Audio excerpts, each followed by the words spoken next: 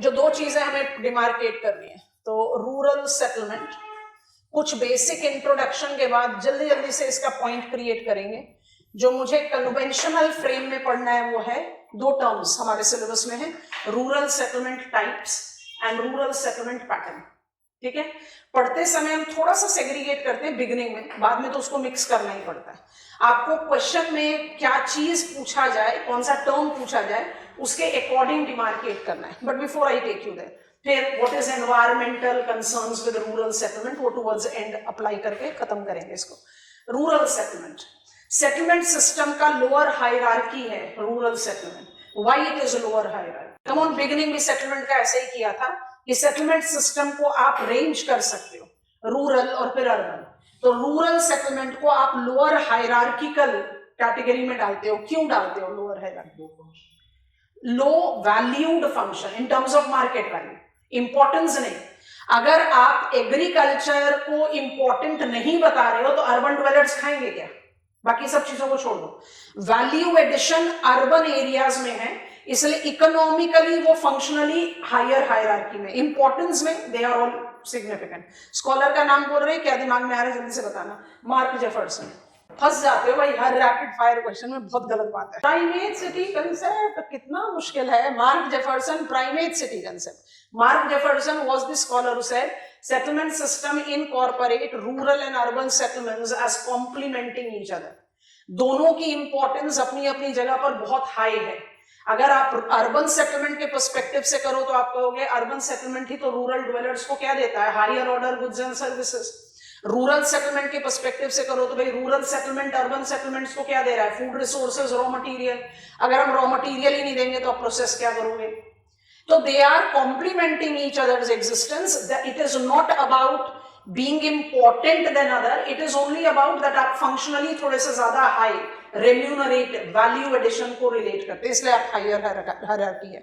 तो rural settlement denotes lower hierarchical status, ये तो समझ में आ गया।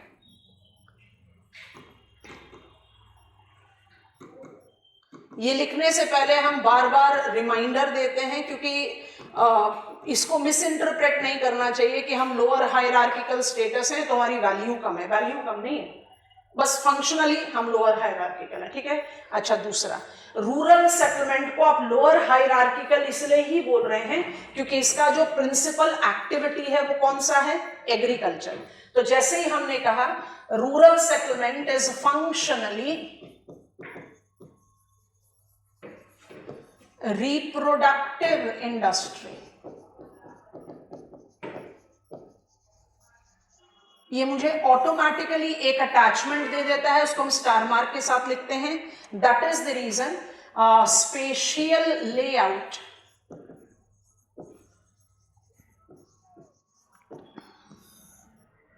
बहुत इंपॉर्टेंट टर्म है इसलिए बोल्डली अंडरलाइन कर दिया, of rural settlement is nature centric या nature controlled, और यही स्पेशियल लेआउट मुझे पढ़ना है as types of rural settlement and patterns of rural settlement। Types और पैटर्न दोनों ही स्पेशियल लेआउट हैं, तो दोनों में डिफरेंस क्या है? Types is smaller scale and pattern is larger scale। लिख लिया है तो पेन ड्रॉप करो, समझो, फिर आगे बढ़ेंगे। स्पेशियल लेआउट, अब हम हैं जोग्राफर्स, हमें पढ़ना है रूरल सेटलमेंट। अर्बन सेटलमेंट में मेरे पास फिर भी रैंक्स थे, टाउन था, सिटी था, मेगा सिटी था। फंक्शनल कैटेगरीज में आप माइनिंग में हो सकते हो, मैन्युफैक्चरिंग में हो सकते हो, फैसिलिटेटिव में हो सकते हो। यहाँ मुझे इतना कोई रेंज मिल ही नहीं रहा। अल्टीमेटली हम सब एग्रीकल्चरलिस्ट हैं। हमारा जो study as geographers, what exactly we try to assess, और उससे हम क्या क्या चीजें डिराइव करते हैं वो हम बनाते जाएंगे। लेकिन हम किस फोकस पर पढ़ना चाहते हैं रूरल सेटलमेंट को? हम रूरल सेटलमेंट को उसके स्पेशियल लेआउट में स्टडी करना चाहते हैं कि I understand, I have learned that rural settlement का स्पेशियल लेआउट किस कैटेगरी में जाता है? Extensive acumen. Compare to urban वो इंटेंसिव है, लेकिन उसके बियॉन्ड भी रूरल सेटलमेंट के टाइप्स और pattern is the study of spatial layout. अब ये स्पेशियल लेआउट जो है वो नेसेसरली एसोसिएट होता है नेचुरल कंडीशन से, पर क्या सिर्फ नेचुरल कंडीशन से होता है, थोड़ा सा सोच कर देखते हैं, फिर हम टाइप्स और पैटर्न को डिस्टिंग्विश करेंगे, बड़ा सा फ्लो चार्ट बनाएंगे और हमारी स्टडी आगे बढ़ेगी। थोड़ा ध्यान से सुनना। Plain versus plateau versus mountain, rural settlement की क्लस्टरिंग टेंडेंसी कम होती जाएगी। प्लेन पर रूरल सेटलमेंट ज्यादा क्लस्टर्ड दिखाई देगा, क्यों? प्लेन में कैरिंग कैपेसिटी ज्यादा होती है compared to plateau, compared to mountain. तो एक पॉइंट तो आ गया नेचर सेंट्रिक माने रिलीफ, ठीक है, पॉपुलेशन पढ़ाते समय भी समझाया था, बिल्कुल उसी कंटेक्स्ट में समझा रहे हैं। सेंट्रल साइबेरियन प्लेन भी तो प्लेन है, पर क्या वहां पर रूरल सेटलमेंट क्लस्टर्ड होगा? नहीं, क्योंकि वहां क्लाइमेट अनफेवरेबल है। तो ये भी नेचर ही हो गया। अच्छा, अब पहुंचो मिसिसिपी मिसोरी प्लेन्स में पहुंच गए। प्लेन है वो, फर्टाइल लोलैंड है, अलूवियल सॉइल है, क्लाइमेट भी फेवरेबल है, सब कुछ होते हुए प्लेन भी है, फेवरेबल सॉइल है, फेवरेबल क्लाइमेट है, सब कुछ होते हुए भी क्या वो क्लस्टर्ड रूरल सेटलमेंट दिखाएगा? नहीं। क्यों? क्योंकि लेआउट सिर्फ नेचर सेंट्रिक नहीं होता, लेआउट में पॉपुलेशन साइज भी तो मैटर करेगा। United States of America is agreed third most populous country of the world, लेकिन ये third most populous country global population का कितना शेयर अकाउंट करता है? लेस देन 5%, पहली बात। दूसरी बात, what is urbanisation level of United States of America? More than 85%। कितना परसेंटेज शेयर ऑफ पॉपुलेशन रह रहा है रूरल एरिया में? 15% से कम। तो in spite of favourable nature, geo demographic load इतना कम है कि ऑटोमेटिकली किस तरह का सेटलमेंट डेवलप होगा? Sparse, clustered, sorry dispersed, not clustered, dispersed. तो कॉम्बिनेशन बहुत सारे हैं, बट जो हमने एक सीक्वेंस डेवलप किया, इसको बबल में डाल के थोड़ी देर के लिए साइड पे छोड़ते हैं, कि हम रूरल सेटलमेंट माने लोअर हायरार्की, क्योंकि फंक्शनली हम रिप्रोडक्टिव इंडस्ट्री से एसोसिएट करते हैं। Reproductive industry nature centric activity, कि जो नेचुरल कंडीशन होगा, सॉइल, क्लाइमेट, रिलीफ, वही डिसाइड करेगा आप किस तरह की एग्रीकल्चरल प्रैक्टिसेस में इन्वॉल्व है। इसलिए रूरल सेटलमेंट का जो टाइप्स है वो नेचर डिटरमाइन करता है।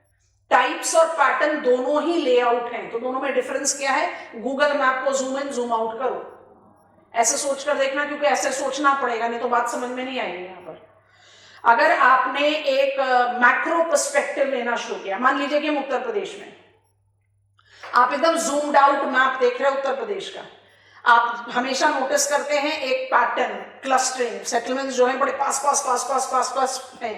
तो आप इस लेवल से क्या नोटिस कर रहे हो? सेटलमेंट क्लस्टर्ड है उत्तर प्रदेश में। और उसी लेवल पर, उसी स्केल पर आप अरुणाचल प्रदेश पहुंचोगे तो आप कहोगे सेटलमेंट डिस्पर्स्ड है। ठीक है, अब थोड़ा सा जूम इन करते हैं, तो स्मॉल स्केल से अब आप क्या कर रहे हो? लार्जर स्केल पर जा रहे हो। तो let me confine myself in Uttar Pradesh. तो जैसे आप लार्जर स्केल पर चलते चले जा रहे हो, आपको क्या दिखाई देगा? उत्तर प्रदेश क्लस्टर्ड तो है। क्यों है clustered? Most populous state of our country, maximum population is living in rural area, urbanisation level Uttar Pradesh का बहुत कम है। तो when I take reference of maximum population, most populous state और मैक्सिमम रूरल एरिया, तो क्लस्टर्ड है, बाय डिफॉल्ट क्लस्टर्ड है। पर जैसे जैसे आप जूम इन करते जा रहे हो, आपको क्या दिखाई दे रहा है कि I have got that clustered in plain as a rectangular layout. थोड़ा और जूम इन कर लिया, दो नदियों के बीच में ट्रायंगुलर लेआउट। थोड़ा और जूम इन कर लिया, एक ही नदी के किनारे linear layout. I hope you are understanding. तो ये जो लीनियर, ट्रायंगुलर, रेक्टेंगुलर, ये सब हो गया pattern. Tendency of clustering and dispersal हो गया type. Type is inclusive of pattern, pattern is inclusive of type. But question में टाइप पूछेगा तो आप लीनियर, रेक्टेंगुलर, ट्रायंगुलर नहीं लिख सकते हो, आपको लिखना पड़ेगा क्लस्टर्ड एंड डिस्पर्स्ड। जैसे अभी हमने आपको एग्जांपल बताया, रिवर गंगा, गंगा के along river is flood prone, तो बाय डिफॉल्ट हर साल फ्लडिंग होगा। तो जो फ्लड प्लेन एरिया है, दो रीजन से, नंबर वन, वहां पर होगा एनुअली रिन्यूड सॉइल, हमारी कंट्री में इसको बोलते हैं खादर, एनुअली रिन्यूड सॉइल, तो बड़ा फर्टाइल सॉइल है। लॉजिकली सबसे बेस्ट यूटिलाइजेशन उसका क्या है? कल्टीवेशन पे डालो।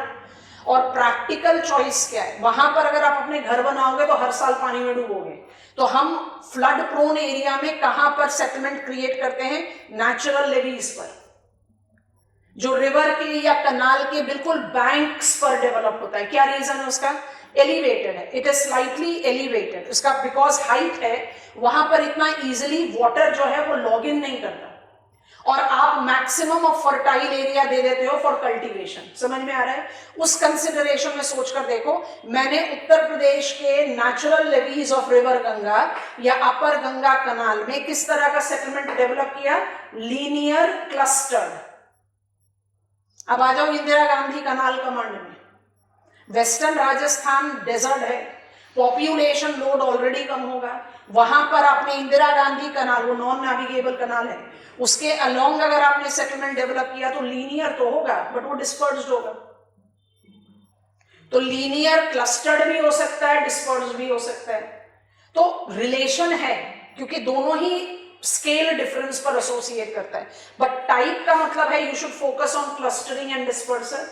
पैटर्न का मतलब है थोड़ा जूम इन करके कौन सा शेप और साइज डिमार्केट कर रहा है। So we largely distinguish between rectangular, triangular, linear और फिर उनके सब variants, circular of course, circular या ओवल दोनों शेप में डिमार्केट करते हैं। सो लेआउट का स्केल डिफरेंस है, अदरवाइज हम स्पेशियल लेआउट बेस्ड स्टडी लेते हैं। I hope it is comfortable. अब फ्लो चार्ट बना रहे हैं, हमारे साथ बनाओ, उसी के बेसिस पर आपको समझाएंगे। तो टाइप्स का पहले बनाते हैं, फिर पैटर्न बनाएंगे। Types of rural settlements.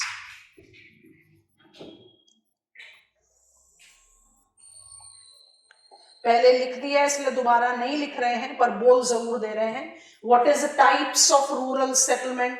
Small scale spatial layout which distinguishes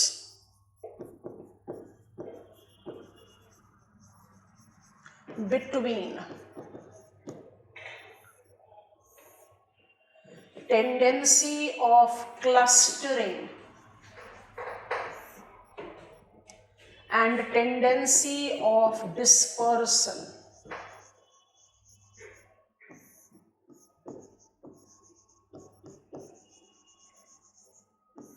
ठीक है, क्लस्टर्ड रूरल सेटलमेंट कहां पर डेवलप होने चाहिए बच्चों, जल्दी से बता दो।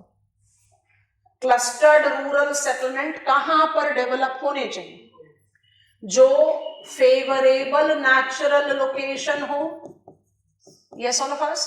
अब नेचुरल कंडीशंस को आप काउंट डाउन करते चले जाओ, कौन कौन सा हो सकता है? रिलीफ, क्लाइमेट, सॉइल, क्योंकि आप नेचर सेंट्रिक डोमेन ले रहे हो। उसके साथ आपके पास हेवी जियो डेमोग्राफिक लोड होना चाहिए। कई बार जियो डेमोग्राफिक लोड याद आ गया, क्या है? पॉपुलेशन प्रेशर ज्यादा होना चाहिए। हमने आपको already plains of United States of America का एग्जांपल दे दिया है, that is not fitting into this category. अच्छा, स्टार मार्क के साथ कई बार ऐसा होता है ना कि आप ह्यूमंस आर सोशल एनिमल, हम सॉलिटरी नहीं रहते, हमें ग्रुप में रहना है। तो कई बार ऐसा होता है कि आप बिल्कुल रिमोट एरिया में हैं, अनफेवरेबल एरिया में हैं, वहां because of that social organisation, safety, security, आप थोड़ा सा क्लस्टरिंग टेंडेंसी डेवलप कर लेते हो। तो यूनिक डिमार्केशन है, बट हम इसको ऐड कर देते हैं। I can also have security reasons और social conditions that do facilitates development of clustering. ठीक है, डोमिनेंटली क्या होगा? फेवरेबल नेचुरल कंडीशंस होना चाहिए और पॉपुलेशन साइज बड़ा होना चाहिए। तो ये मेरा क्लस्टर्ड पैटर्न को, क्लस्टर्ड टाइप को डिमार्केट करने वाले कंडीशन। अब क्लस्टर्ड के कितने वेरिएंट्स होते हैं? लिस्ट बड़ी लंबी बनती है, बट उसका मतलब इतना आसान है। अब हम लिस्ट क्रिएट कर रहे हैं, ठीक है? तो how many types of clustered rural settlements can be distinguished? Number 1,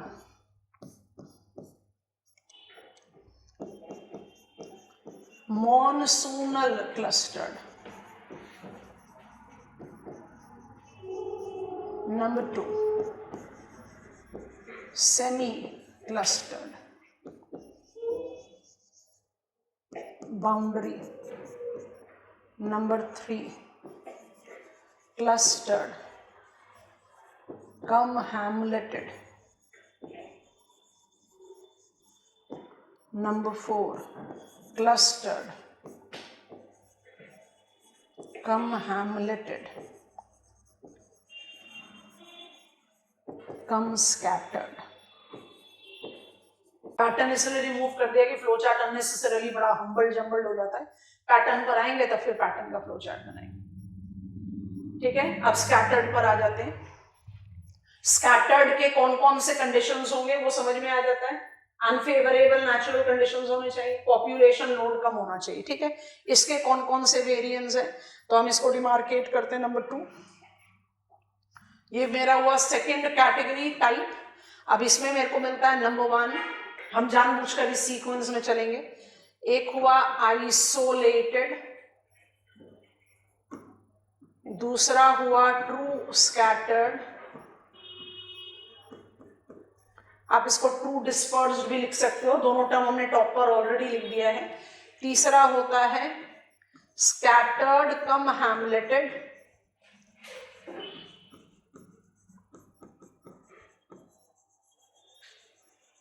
पूरा जो फिजिकल ज्योग्राफी और पॉपुलेशन ज्योग्राफी की आपकी नॉलेज है ना, उसको अप्लाई कर दोगे यहाँ, इससे आसान टॉपिक कोई नहीं है।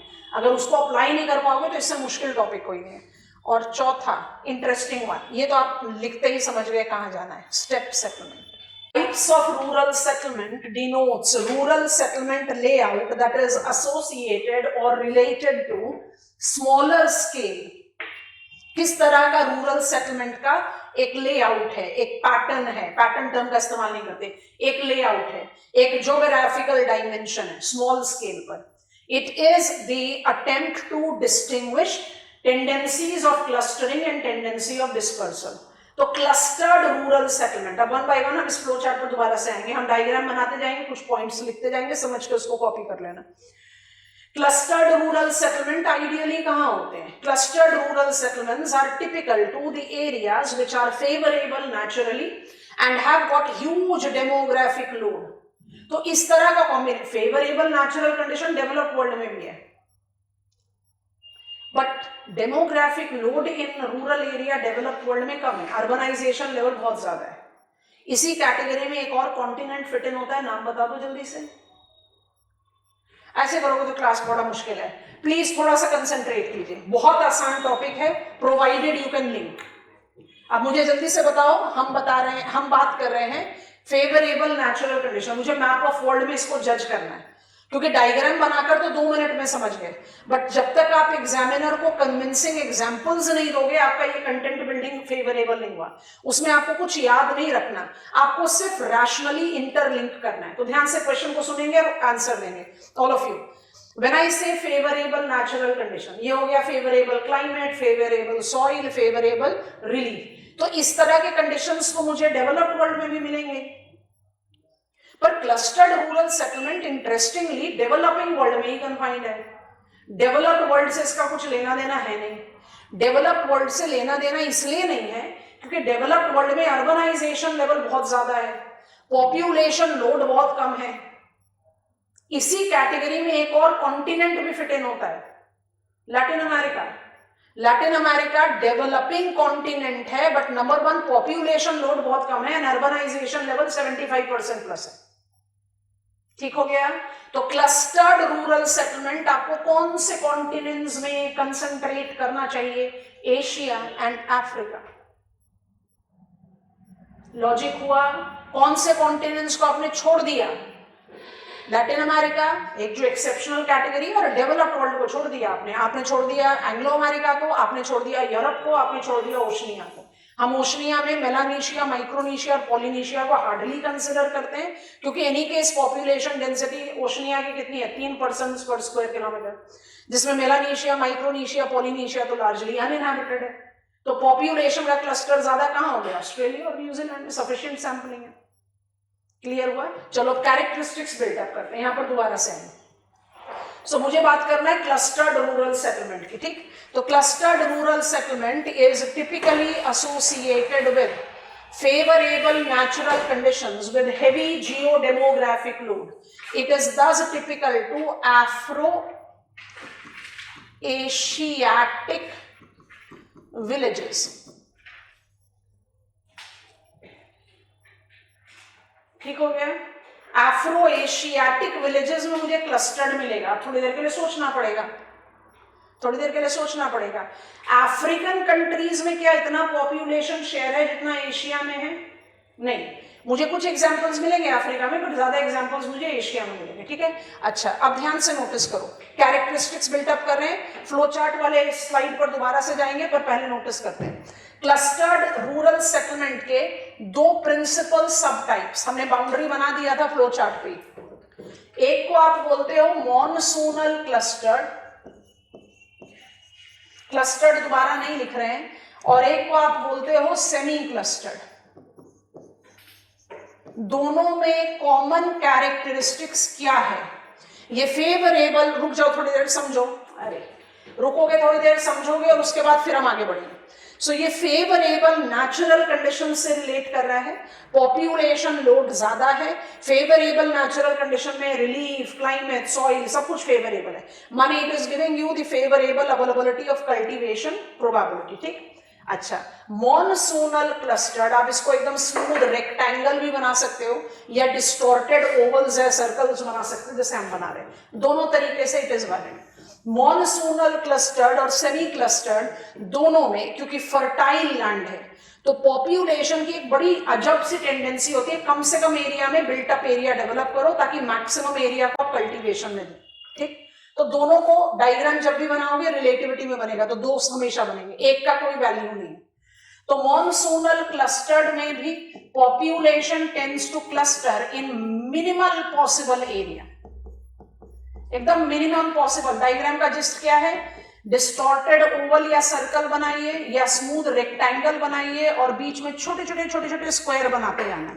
अब ये छोटे वाले स्क्वायर जो हैं, जो मेरे जल्दबाजी में ज्यादा डी दिखाई दे रहे हैं, इसको आपने कंपैरिजन में लेना है। ये मेरा मॉनसूनल क्लस्टर्ड है, ये मेरा सेमी क्लस्टर्ड है, तो आपको बस ये रिलेटिविटी में ड्रॉ करते हुए दिखाना है।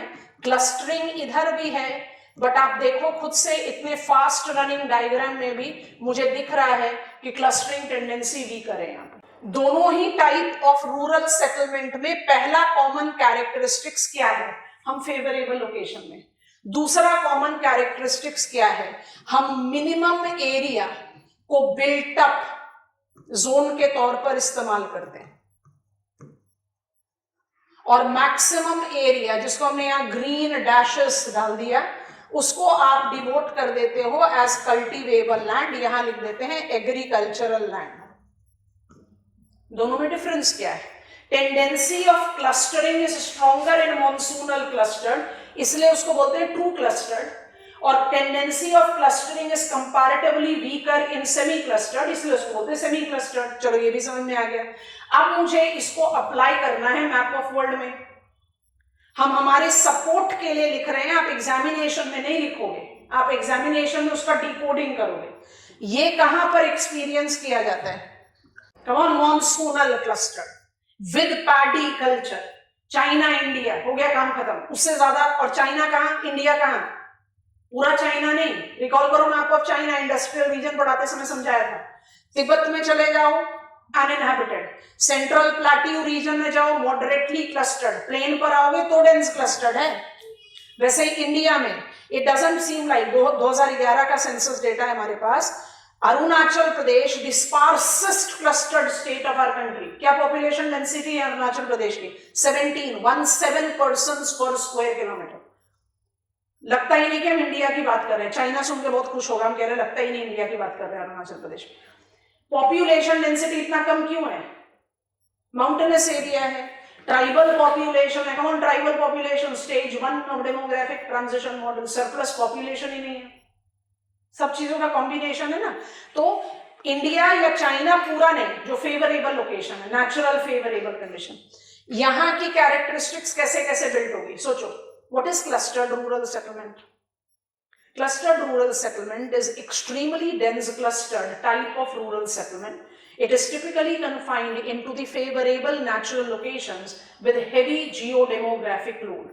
Population have got tendency of clustering into minimal built up area so that maximum of the favorable fertile area is devoted to cultivation. It is typically associated with tropical and subtropical monsoonal climate where mixed cropping culture, cultivable condition सारे साल भर रहता है, mixed cropping याद आ रहा है? Mixed cropping culture with paddy, क्योंकि mixed cropping without paddy में राइस मिस कर जाएगा, विद पैडी में सारे क्रॉप्स आ जाएंगे। तो यहां पर क्रॉप डाइवर्सिटी बहुत ज्यादा है। कौन कौन से लोकेशंस हैं जहां पर clustered monsoonal type of rural settlement मिलेगा? जैसे ये लिख दिया, मेरे एग्जांपल हो गए इंडिया और चाइना, काम खत्म। और थोड़ा सा आगे बढ़ाओगे तो इंडोनेशिया भी ले सकते हो, और थोड़ा सा बढ़ाओगे तो मीकोंग डेल्टा भी ले सकते हो, बट वो मैच नहीं करेगा क्योंकि मैक्सिमम पॉपुलेशन तो इंडिया और चाइना के साथ गया। अब उसी के कंटेक्स्ट में इसको कंपेयर करो। Where do I experience semi clustered type of rural settlement? It is again in favorable natural conditions identified with lesser geodemographic load. Here also people have a tendency to build up area in minimal possible zone ताकि maximum of fertile area को आप cultivation में डाल सको। यहाँ पर tendency का clustering थोड़ा सा वीक है, इसलिए इसको सेमी क्लस्टर्ड बोलते हैं। क्यों थोड़ा सा वीक है? क्योंकि पॉपुलेशन लोड कम है क्लस्टर्ड के मुकाबले में। ये आपको कहाँ मिलेगा? मिलेगा tropical Sahara desert, sub tropical Gobi desert ना, वहां का जो फर्टाइल एरिया है, तो सहारा डेजर्ट में नाइल वैली और सेंट्रल एशिया में Turanian lowland. Tendency of clustering weak है क्योंकि पॉपुलेशन कम है और कल्टीवेशन पॉसिबिलिटी भी कम है। वो विद पैडी था, ये विदाउट पैडी हो जाएगा। आपको समझ में आ रहा है? विदाउट पैडी में कौन सा क्रॉप आप नहीं कल्टीवेट कर पा रहे? राइस। विद पैडी में आप सारे क्रॉप्स कल्टीवेट कर रहे हो, राइस भी कल्टीवेट कर रहे हो। इसका मतलब that is giving you more favourable agro climatic condition than this, that is having more population cluster than this. तो हो गया दोनों के बीच में कंपैरिजन। यहां कौन से कंट्रीज का एग्जांपल ले लेंगे? BWH लिखोगे नहीं कभी भी एग्जामिनेशन में BWH, हम अपने क्लैरिटी के लिए, क्योंकि हम इसको बिल्टअप करना चाह रहे हैं। तो आपके यहां क्या लिख रहे हो इसको? Tropical, sub tropical, fertile lowlands in the desert condition, ऐसे करके लिखेंगे। तो यहां मेरा एग्जांपल हो गया इजिप्ट। यहां in place of writing one country I am writing Turanian lowlands, I am writing Turanian plains. और उसके साथ हम क्या पिकअप कर रहे हैं? Without paddy culture. आपको पता है कि without paddy less favourable agro climatic condition है कंपेयर्ड टू विद पैडी। पहले बताओ समझ में आया कि नहीं? AM में India is your best match here and CW में China is your best match here. इसके अलावा किसी और को ऐड करना ही नहीं है। आई बात समझ में? पहले जो चीज कॉपी करना चाहते हो पहले करो, फिर हमें गो अहेड दो। इतना बड़ा लुकिंग फ्लो चार्ट कितने आराम से कवर अप होता है, आप खुद से देखो। दोनों में क्या कॉमन जा रहा है? We have tendency of utilising minimal built up area, maximum area हम देते हैं कल्टीवेशन के लिए, इसलिए टेंडेंसी ऑफ क्लस्टरिंग इवॉल्व होता है। डायग्राम हमेशा पेयर में बनेंगे बच्चों, कोई भी डायग्राम इंडिविजुअली उतना वैल्यू नहीं रखेगा क्योंकि कंपैरिजन में उसका वैल्यू ज्यादा बढ़ता है। Running short of time, cannot draw all the diagrams, but still deciding to draw the diagram, draw them in pair. Characteristics built up कर पाएंगे ना? कैसे built up करें? Clustered monsoonal rural settlement type के लिए। Clustered monsoonal rural settlement type is most clustered rural settlement. It relates to most favorable agroclimatic condition with a heavy geodemographic load. It is identified with minimal area devoted to built up and maximum of fertile area devoted to cultivation. It is very typically associated with monsoonal climatic zone, with India and China being examples by default plains of these countries. What exactly is the characteristics of activity here? It is mixed cropping that incorporate with paddy culture. With paddy मुझे किस चीज का reminder दे रहा है? मेरा agro climatic condition सबसे ज्यादा favourable है। What is semi clustered? सारी कैरेक्टरिस्टिक सेम है, सिर्फ कैरिंग कैपेसिटी थोड़ी सी वीक हो जाएगी और पॉपुलेशन लोड थोड़ा सा कम हो जाएगा, इसलिए क्लस्टरिंग टेंडेंसी उतनी स्ट्रॉन्ग नहीं दिखाई देगी जितनी मॉनसूनल क्लस्टर्ड में। तो जब तक हमने इन दोनों डायग्राम को एक दूसरे के कंपैरिजन में नहीं बनाया, इसकी वैल्यू ही नहीं है। आप सोचो ये डायग्राम नहीं है, मैंने सिर्फ ये बनाया, आप उसको कैसे जज करोगे कि सेमी क्लस्टर्ड है कि क्लस्टर्ड है? इसलिए जब भी डिसाइड करो डायग्राम बनाने के लिए पेयर में डिसाइड करो, क्योंकि वो कंपैरिजन दे देता है। तो ये रिलेटिविटी का ही तो डायग्राम है, इसमें कोई specific count of the settlement थोड़ी ना है। तो semi clustered shows lesser carrying capacity than true clustered. तो ये कहां मिल रहा है मुझे?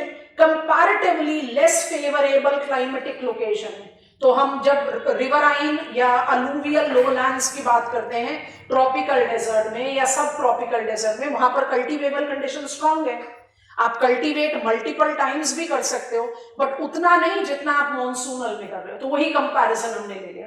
तो इजिप्ट या Kazakhstan do develop semi clustered rural settlement.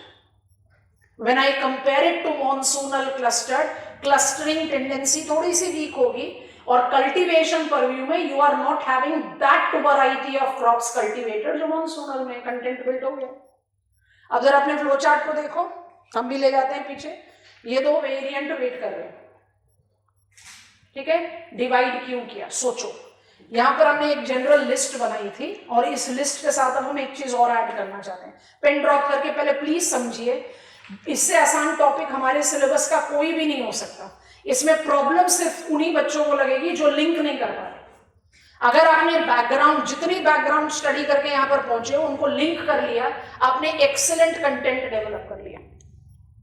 यहां प्रॉब्लम इंटीग्रेशन का है, बस और कुछ नहीं। अच्छा, रूरल सेटलमेंट को रेगुलेट करता है नेचुरल कंडीशन, समझ में आ गया। रूरल सेटलमेंट को रेगुलेट करता है जियो डेमोग्राफिक लोड, ये भी समझ में आ गया। रूरल सेटलमेंट अर्बन सेटलमेंट के मुकाबले एक और चीज से रेगुलेट होता है, वो क्या है? रूरल सेटलमेंट का एक और डिटरमाइनर होता है, वो क्या है, जो अर्बन सेटलमेंट्स में नहीं दिखता है?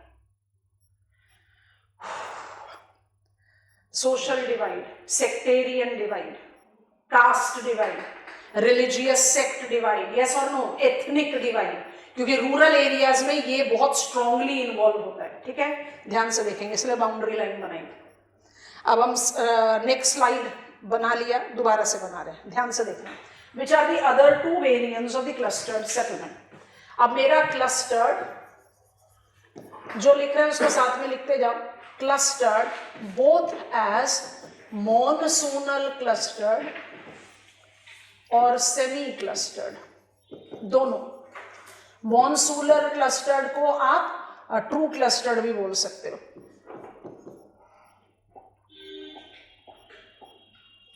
इन सोसाइटल और सेक्टेरियन और एथनिक डिवाइड्स develops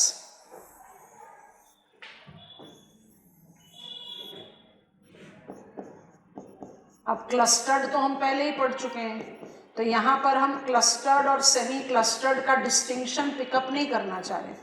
हम बस ये बताना चाह रहे हैं कि ये मेरा क्लस्टर्ड सेटलमेंट 1 है, ये मेरा क्लस्टर्ड सेटलमेंट 2 है। ये कोई सा भी हो सकता है, मॉनसूनल हो सकता है, सेमी क्लस्टर्ड सेटलमेंट हो सकता है। दो बनाने की क्या जरूरत है, क्योंकि मेरे पास 2 सब डिवाइड है। तो बहुत ध्यान से नोटिस करो हम क्या कर रहे हैं, ठीक है? दोनों मॉनसूनल क्लस्टर्ड हो या सेमी क्लस्टर्ड हो, अगर यहां पर पेरिफेरल एरिया में एक हैमलेट तैयार होता है, ठीक है, या अगर यहां पेरिफेरल एरिया में मोर देन 1 हैमलेट तैयार होता है, यहां लिख दिया हमने हैमलेट्स। फ्लो चार्ट को देख लो, नाम बन गया, यस और no? Clustered cum हैमलेटेड, clustered cum हैमलेटेड कम स्कैटर्ड, काम खत्म, ठीक है? बस इसमें क्या बिल्ट करना है, 2 मिनट के लिए मदद कर दो, उसके बाद ड्रॉ कर लेना। इसमें क्या चीज बिल्ट अप करनी पड़ेगी इसके साथ में, ध्यान से। हमने शुरू में तो कैरेक्टरिस्टिक्स लिख दिया, बड़ी लंबी चौड़ी लिस्ट बना दी कि आपका जो सेक्टेरियन सोसाइटल डिवाइड्स है उसके लिए। इसमें हम कुछ रेंज क्रिएट कर सकते हैं। कैसे रेंज क्रिएट कर सकते हैं सोचो। अगर इस्लामिक वर्ल्ड है तो सेक्ट डिवाइड होगा, जो मेजॉरिटी रिलीजियस सेक्ट है शियाज या सुन्नीज वो सेंटर को ऑक्यूपाई करेगा, जो माइनॉरिटी है शिया सुन्नी वो हैमलेट को अप्लाई करेगा। तो ये सेक्टेरियन डिवाइड इस तरह से अप्लाई हो सकता है। अगर ये ईस्ट एशियन लोकेशन है तो यहां पर आपका एथनिक डिवाइड ज्यादा रोल प्ले करेगा। अगर ये ईस्ट और साउथ ईस्ट दोनों में एसोसिएट करेगा, so I will just try to do, क्योंकि हम इसको रिलेट किससे कर रहे हैं, एशिया और अफ्रीका से एसेंशियली, है ना। अगर आप इसको इस्लामिक लिख दिया तो नदर्न अफ्रीका ऑटोमेटिकली कवर हो गया। प्लीज रिकॉल करेंगे बॉक एंड वेब को हमने क्रिटिसाइज करा था कि पूरे अफ्रीका को मेसो अफ्रीका में डाल दिया था। Largely it goes as Islamic and Christianity, तो आप उसके साथ इसको डिवाइड आउट कर सकते हो। क्रिश्चियनिटी में also you have got the sect divide, so sect division apply हो गया। साउथ एशिया में it largely correlates with societal divide, जहां पर ये एप्लीकेबल है। अगर पाकिस्तान को लोगे तो फिर वहां पर शिया सुन्नीस का डिवाइड आ जाएगा। जैसे इंडिया को ले लोगे तो क्या हो गया, main caste centre, lower caste category, peripheral. And overall, जरूरत है तो सबके बारे में लिखो, नहीं तो overall hamlets are more deprived, because hamlets are more deprived, automatically we can take a reference of what, overall क्या divide करता है ये, clustered कम hamleted या hamleted come scattered, it is economic capacity। जो माइनॉरिटी है या जो एथनिक माइनॉरिटी है या जो रिलीजियस माइनॉरिटी है या लोअर सोसाइटल स्ट्रेटा है वो लार्जली इकोनॉमिकली डिप्राइव होता है। इंडिया में इन हैमलेट्स को टोलाज बोलते हैं। Have you understood it class? अब कॉपी डाउन कर लो जो भी कुछ कॉपी करना। मॉनसूनल क्लस्टर्ड हो या सेमी क्लस्टर्ड हो, दोनों में हैमलेट्स एसोसिएट होते हैं। अगर ये हैमलेट्स पेरिफेरल हैमलेट्स एक हो, नाम लिख देते हैं यहाँ पर, नाम के बिना काम नहीं चलेगा। ये कौन सा बन गया, क्लस्टर्ड कम हैमलेटेड, तो हमारी लिस्ट के हिसाब से ये नंबर 3 है। और ये कौन सा बन गया, clustered cum हैमलेटेड come scattered.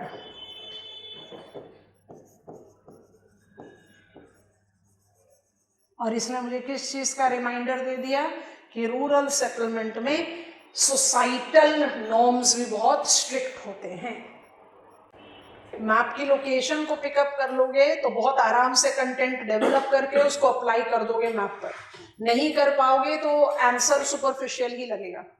So where I have placed clustered, हमने क्लस्टर्ड को लार्जली एसोसिएट करा है plains of Asia and Africa, जिसमें हमने मॉनसूनल, सेमी क्लस्टर्ड और सोसाइटल नॉर्म्स लेके कम हैमलेटेड कम स्कैटर्ड को डिमार्केट कर दिया। अच्छा, अब मेरे पास कौन सा पार्ट ऑफ वर्ल्ड बच रहा है, एशिया और अफ्रीका में प्लेट्यू और माउंटेन्स को तो टच किया ही नहीं। तो ध्यान से देखो, यहाँ पर जैसे ही स्टेप सेटलमेंट की बात होगी वो माउंटेन एरियाज में जाएगा। अब वो माउंटेन एरियाज डेवलप्ड वर्ल्ड का हो चाहे डेवलपिंग वर्ल्ड का हो, ठीक है, की पकड़ो। तो हमने ये वाला कॉलम कर दिया, हम डिस्पर्स में जाना चाह रहे हैं। डिस्पर्स या स्कैटर्ड रूरल सेटलमेंट, सारे पॉइंटर्स बनाएंगे, पहले एक ओवरव्यू ले लें। डिस्पर्स्ड या scattered rural settlement, unfavourable natural conditions, lesser geo demographic load, इसी के साथ रिलेट करेगा। तो इसको आप कहाँ कहाँ अप्लाई करोगे, लेस जियो डेमोग्राफिक लोड को ऐड कर लिया तो developed world plus Latin America आ गया। डेवलप्ड वर्ल्ड और लैटिन अमेरिका, यूरोपियन प्लेन्स हो जाए, मिसिसिपी मिसोरी प्लेन्स हो जाए, या you take up the location of Brazilian lowland, please recall campos या पंपास ऑफ अर्जेंटीना, है ना। ये कौन से लोकेशंस है, फेवरेबल लोकेशंस है, पर पॉपुलेशन लोड ही इतना कम है कि बाय डिफॉल्ट इनका जो सेटलमेंट है वो स्कैटर्ड टाइप होगा। अगर प्लेट्यू हो या माउंटेन हो, माउंटेन इजीली जस्टिफाइड है, तो चाहे आप डेवलप्ड वर्ल्ड के माउंटेनस रीजन में हो, स्विस एल्प्स में हो या नेपालीज हिमालयाज में हो, आपको अल्टीमेटली क्या मिलेगा, स्टेप। तो माउंटेन्स को हटा दिया स्टेप के साथ, बच गए 2, 3 बचे हुए हैं, पहले 2 को पिकअप करें। स्टेप गया माउंटेन के साथ, अब मेरे पास जो 3 बचे हुए हैं उनको डिमार्केट करो ध्यान से। True scattered and scattered cum hamleted plateau settlements होते हैं। Bio geography to be recalled, कौन से दो सबसे इंपॉर्टेंट प्लाटियू सॉइल होते हैं? अगर हम शील्ड है और अगर हम बेसाल्टिक टेबल लैंड है तो दो स्पेसिफिक टाइप ऑफ सॉइल मिल जाएगा। शील्ड में कौन सा सॉइल आएगा? Red iron. और बेसाल्टिक टेबल लैंड में कौन सा आएगा? Come on, intrazonal regur soil. सारे लोकेशन पिकअप किए थे, बताओ जल्दी से। हमने सॉइल का नाम भी बोल दिया तो भी आप लोग सोच रहे हो, रेगुर बोल दिया, ब्लैक सॉइल बोल दिया। तो प्लाटियू सॉइल कौन से दो हो गए? रेड और ब्लैक। दोनों में कौन सा ज्यादा फर्टाइल है? Red. Iron is bulk increasing, principal nutrient होता है एनपीके एंड कैल्शियम। याद आ रहा है? शाबाश। तो रेड और ब्लैक सॉइल ज्यादा फर्टाइल है तो कैरिंग कैपेसिटी ज्यादा होगी। सो प्लाटियू ऑफ बोर्बोरेमा पहुंचे, नाम सुना है, ब्राजील। कोर्दोफन प्लाटियू सूडान, यूनान प्लाटियू चाइना, डेक्कन ट्रैप इंडिया। माने महाराष्ट्र में कौन सा सेटलमेंट होगा?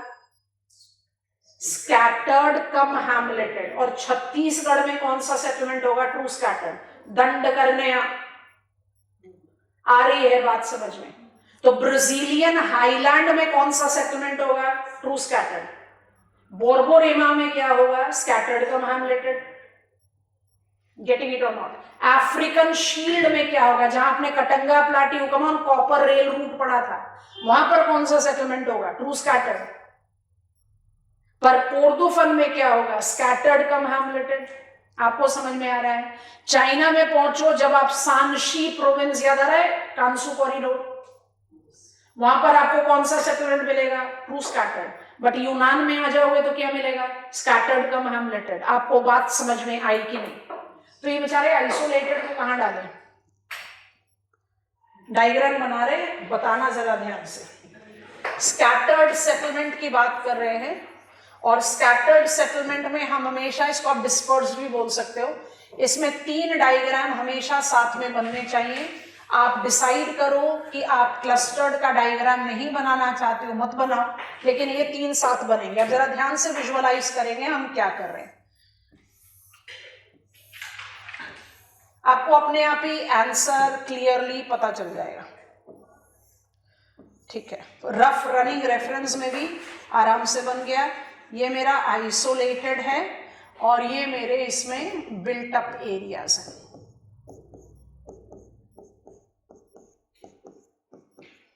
ठीक है, व्यू कर लो, फिर पॉइंट्स फटाफट से लिख देंगे इसी डायग्राम के साथ में, तो आसान हो जाएगा।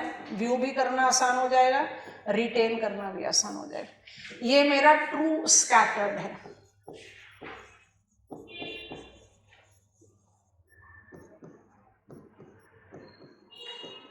रैंडम, ठीक है? और ये मेरा स्कैटर्ड कम हैमलेटेड है।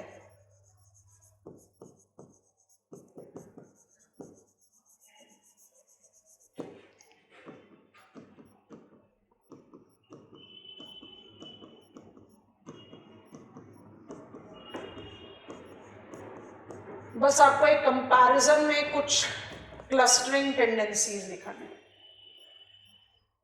आ गया समझ में? ये दोनों कैटेगरीज आपको हमने बताई, हम इनके पॉइंटर्स यहां पर लिखते हैं।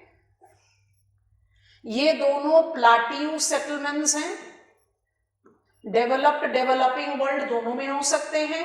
ट्रू स्कैटर्ड जो है वो रेड सॉइल रीजन पर है और scattered cum हैमलेटेड black soil reason पर है, क्योंकि ब्लैक सॉइल थोड़ा ज्यादा फर्टाइल होता है, इसलिए उसमें कैरिंग कैपेसिटी ज्यादा होती है। रेड सॉइल रीजन के ट्रू स्कैटर्ड सेटलमेंट थोड़ा सा श्रिंक करेंगे, जगह मिलेगी फिर।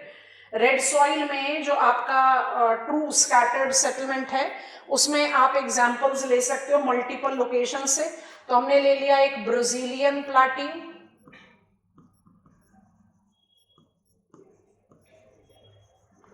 हमने ले लिया Katanga plateau, Katanga plateau democratic republic of Congo से लेकर जाम्बिया तक जाएगा, आपको कॉपर रेल रूट में हम समझा चुके हैं। हम ले सकते हैं शानशी चाइना का, इंडिया का जानबूझकर नहीं ले रहे। स्कैटर्ड कम हैमलेटेड में आप लोग बोरबोरेमा, आप लोग कोर्दोफन,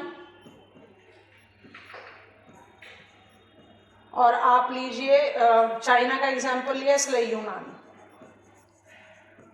स्कैटर्ड कम हैमलेटेड को हम किबुत्जिम भी बोलते हैं,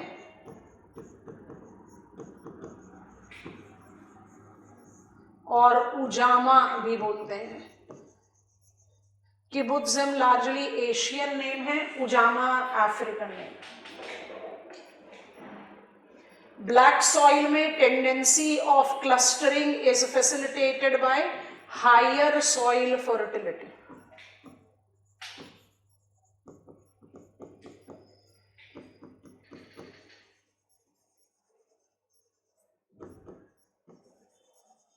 जो जो चीजें लिखी हैं सारी लिख लीजिए। किबुत्जिम एशिया, उजामा अफ्रीका, मतलब क्लस्टर्ड कम हैमलेटेड सेटलमेंट को किबुत्जिम और उजामा भी बोलते हैं। आइसोलेटेड और ट्रू स्कैटर्ड में आपको क्या डिफरेंस दिखाई दे रहा है?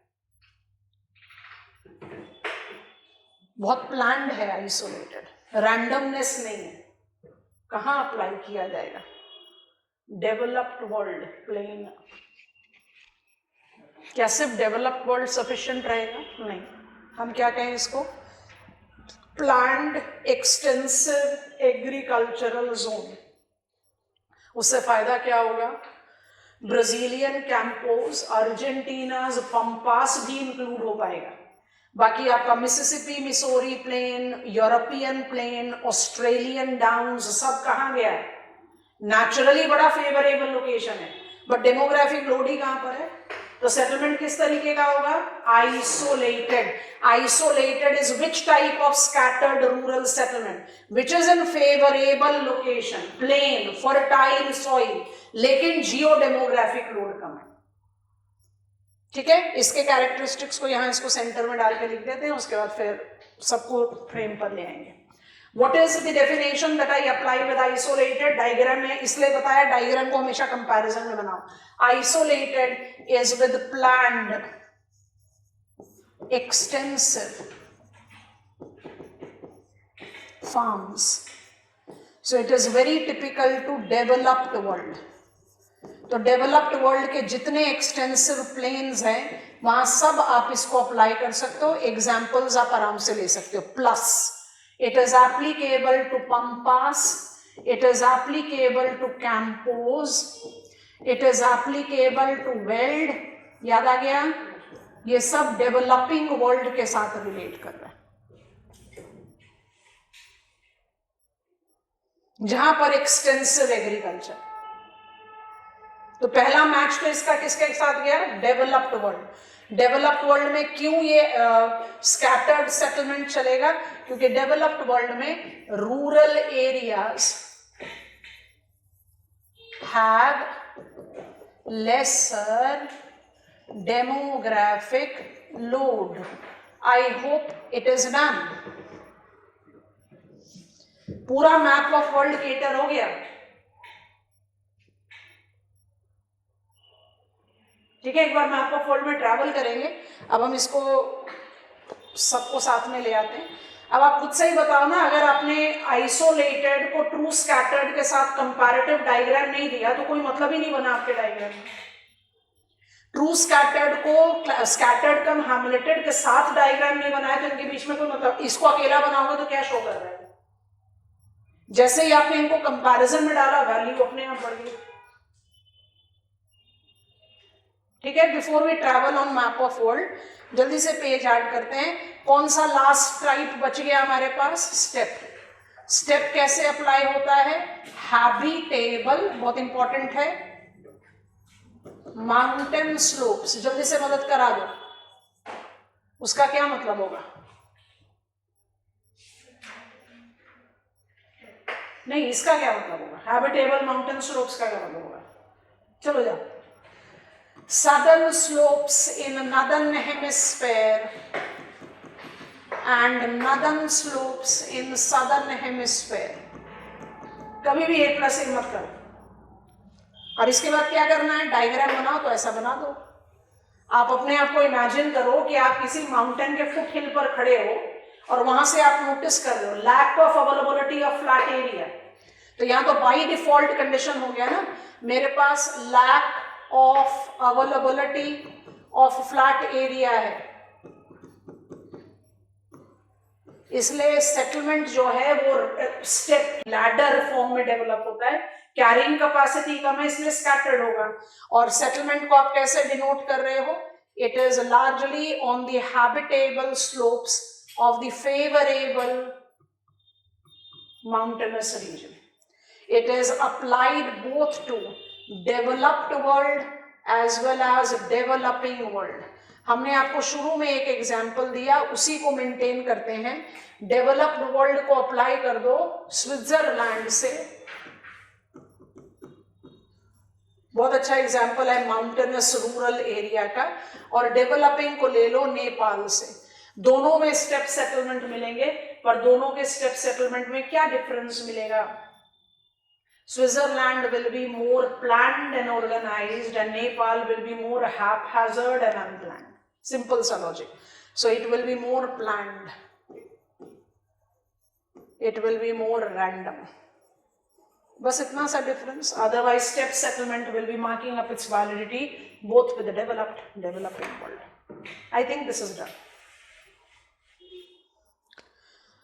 अब ना स्कूल एटलसेस को टर्न करना शुरू करो। एक बार रिमाइंडर का केस ले लेते हैं ताकि हमें पता चल जाए हमने तो पूरा वर्ल्ड को कवर किया। हम फ्लो चार्ट वाला पेज खोल रहे हैं और आप स्कूल एटलसेस के पेजेस को टर्न करना। चले हम फ्लो चार्ट को ओपन कर देते हैं। How many types of rural settlements are distinguished? 2, clustered and dispersed. फिर उसके सब कैटेगरीज। मेरे पास सबसे पहले आता है मैप ऑफ एशिया, उसी सीक्वेंस में चलते हैं। खुल गया map of Asia. Map of Asia में चाइना और इंडिया हमारा प्रिंसिपल फोकल पॉइंट है, ठीक है। जब प्लेन्स में पहुंचोगे दोनों कंट्री के, तो आपको चलो इंडिया को हटाओ, इंडिया को हमें डिटेल्स में बाद में पढ़ना है, आप चाइना पर कंसेंट्रेट करो। प्लेन्स पर पहुंचोगे तो क्या मिलेगा? Monsoonal cluster. Central plateau region में पहुंचोगे तो क्या मिलेगा? स्कैटर्ड। अगर वो यूनान प्लाट्यू है तो स्कैटर्ड कम हैमलेटेड हो जाएगा, अदरवाइज स्कैटर्ड है। और उसका तिब्बतन प्लाट्यू या जिनजियान प्रोविंस में जाओगे तो क्या मिलेगा? स्टेप, कुनलुन शान एंड एक्सेट्रा, ठीक है। अच्छा, अब आप यहां से चले जाओ वेस्ट एशिया की तरफ। वेस्ट एशिया में अगर आप इसी मैप पर हो, ज्यादा रीजनल मैप पर नहीं जाना, चाइना से आप चले जाओ वेस्ट एशिया में, सेंट्रल एशिया में, सेंट्रल एशिया, वेस्ट एशिया। अगर आपके पास फर्टाइल लोलैंड है, मेसोपोटामिया आ गया, यस, इंडस वैली पाकिस्तान का आ गया, तुरानियन लोलैंड सेंट्रल एशिया का आ गया, तो कौन सा सेटलमेंट मिल जाएगा हमें? सेमी क्लस्टर्ड, ठीक है, समझ में आ रहा है। अगर माउंटेनस एरिया हिमालयाज को पिकअप कर लो या Elbrus mountain, Pontic mountain of Turkey, तो कैसा आएगा? स्टेप आएगा। एनाटोलिया प्लाट्यू में एसोसिएट होता है रेडजीना सॉइल, याद आ गया? इंटराजोनल कैलोमॉर्फिक स्ट्रक्चरल सॉइल जो limestone, calcium carbonate, limestone parent rock पर डेवलप होता है। फर्टिलिटी ब्लैक सॉइल के बराबर बराबर ही मानी जाती है, इसलिए आप एनाटोलिया के साथ कौन सा सेटलमेंट अप्लाई कर सकते हो? हैमलेटेड, ठीक है, सफिशिएंट सैंपलिंग हो गई। रशिया में, साइबेरिया में प्लेन होने के बावजूद भी सेटलमेंट जो है वो लार्जली मिसिंग है, क्योंकि एक तो वहां पॉपुलेशन ही नहीं है, दूसरा वो बहुत अनफेवरेबल क्लाइमेट है, it doesn't have fertile soil. Taiga tundra soil बताओ? स्पोडोजोल या podzol along with gelisol, tundra soil, दोनों के दोनों इनफर्टाइल कैटेगरी है। तो कहां से कल्टीवेशन और कहां से रूरल सेटलमेंट पर भी होगा, ठीक है। So that is done. Turn the pages, we are on map of Europe. Europe का पूरा फिजिकल मैप जो है वो प्लेन दिखाई देता है। और यूरोप के जो पूरे फिजिकल मैप में प्लेन दिखाई देता है, वहां पर मेजरली मेरे पास डेवलप्ड कंट्रीज हैं या इंडस्ट्रियल इकोनॉमीज हैं, जिसकी अर्बनाइजेशन लेवल बहुत हाई है, कहने की कोई जरूरत ही नहीं। ग्लोबल पॉपुलेशन शेयर का कोई मेजर पार्ट यहाँ है नहीं, तो रूरल एरियाज में पॉपुलेशन लोड कम होगा। टोटल यूरोपियन प्लेन्स में मुझे किस तरीके का सेटलमेंट मिलेगा? आइसोलेटेड। बट अल्पाइन कॉर्डिलेराज में मुझे किस तरीके का सेटलमेंट मिलेगा? स्टेप। हो गया, यूरोप की कहानी खत्म। चलो पेज टर्न करो, आगे map of north America, let it be Anglo America. तो मेरा कंसंट्रेशन है दो कंट्रीज पर, यूएसए और कनाडा। अगर यूएसए और कनाडा के वेस्टर्न पार्ट में वेस्टर्न कॉर्डिलेरास को देखोगे तो स्टेप सेटलमेंट हो गया। वेस्टर्न कॉर्डिलेरास के साथ में इंटरमोंटेन प्लाट्यूज बहुत सारे दिखाई देते हैं, कोलंबिया प्लाट्यू, कोलोराडो प्लाट्यू, है कि नहीं? तो वहां पर आपको क्या दिखाई देगा? True scattered. प्लाट्यू में तो ट्रू स्कैटर्ड ही आएगा।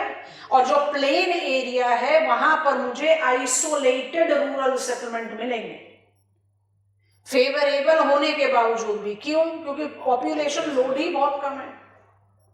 रियो ग्रांडे रिवर से शुरू हो जाता है लैटिन अमेरिका।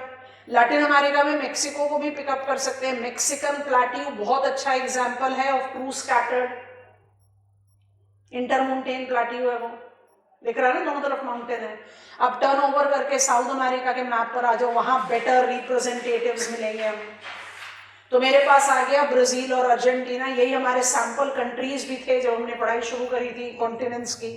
ब्राजील में ब्राजीलियन हाईलैंड, कैंपोज दिख रहा है, अमेजन बेसिन नहीं, वो प्लेन तो है पर याद कर लो वो लेटराइट सॉइल है।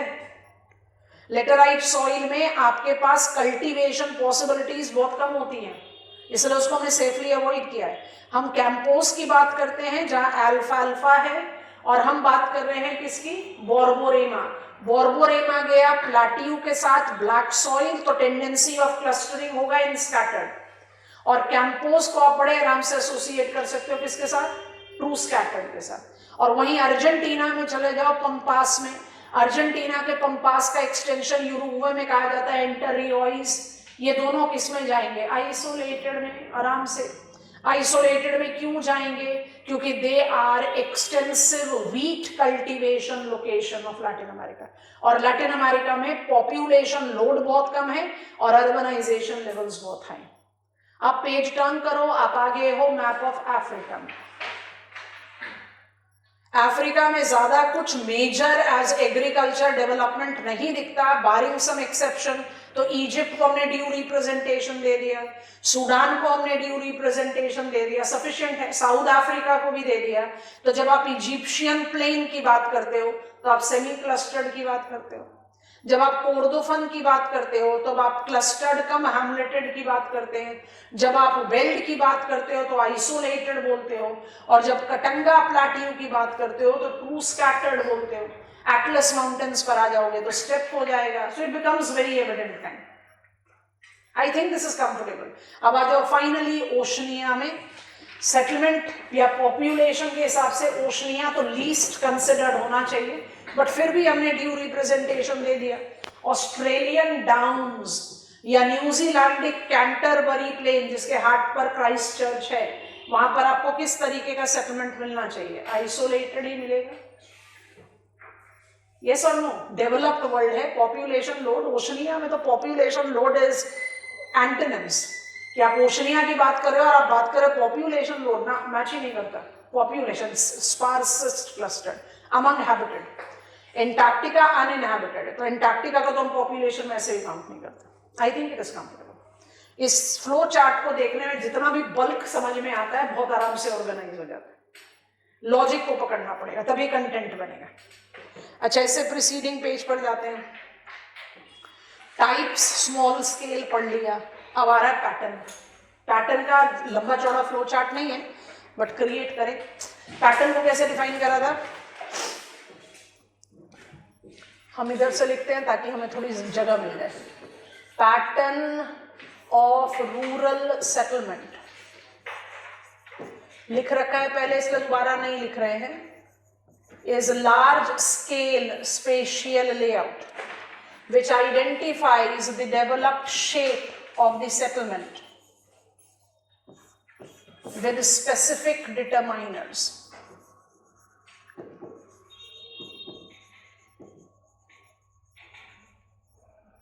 It includes both clustered and dispersed example.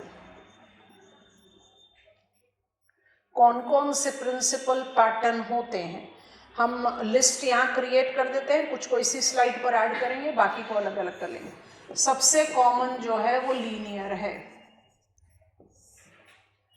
Linear अपने आप में डिवीजन ले लेता है as star shaped,